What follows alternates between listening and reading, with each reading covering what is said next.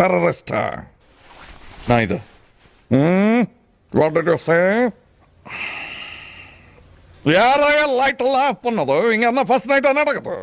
Light பாரு, cinema lighting மாதிரி. ஒரு கிரிமினல் நிஜம் சொல்றானா போய் சொல்றானு முகம் பார்த்தா தானே தெரியும். அதே தஞ்சாவூர் அண்ணா தமிழன். Look, I'm a scientist, not a terrorist. I need to talk to someone right away. Wait. Okay. ఇండియాలో లార్జెస్ట్ స్పోకన్ లాంగ్వేజ్ హిందీ.